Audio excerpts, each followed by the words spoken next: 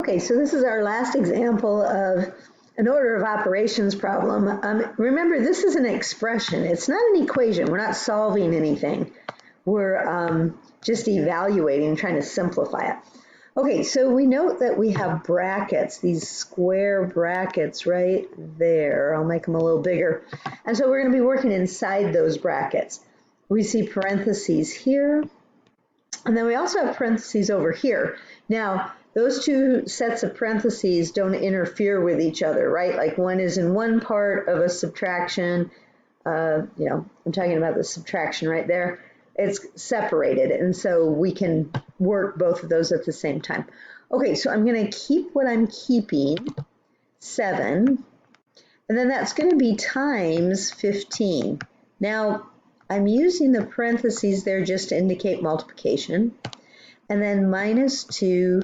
I like to keep the bracket, and then I'm going to have that 6 minus 3 is going to be 3, and then we're back to minus 4 squared plus 1. Now you could actually do the 4 squared, that wouldn't have affected anything either, but let's make sure I did my math right. Okay, so carrying on then, I'll go ahead and do this multiplication right here. So it's 7 times 15, 105, thinking it's 105. And then we've got minus 2.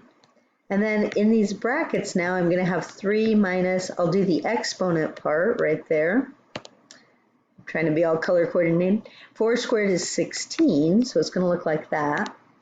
And then plus 1. So we're going through the order of operations. We're still working on our grouping symbols. We just did an exponent though.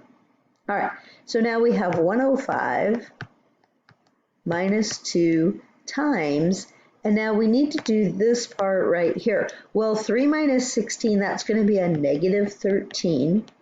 So I want to make sure it doesn't look like subtraction there and get that multiplication in, plus 1. So almost have all the multiplication done and the grouping symbols. Grouping symbols are done, the exponent's done. I just have some multiplication.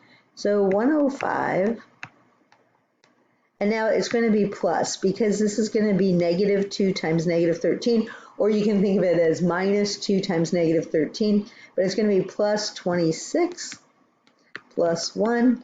So this is addition now. We could do it all at the same time. 105 and 26 is going to be what, 131? Let's do it in 2 steps.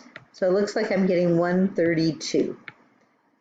Notice the series of steps here. Just do one thing at a time, keep track of what you're doing, write it so you can read it. Those are the best tips I can give you. This is a really fun problem. Okay.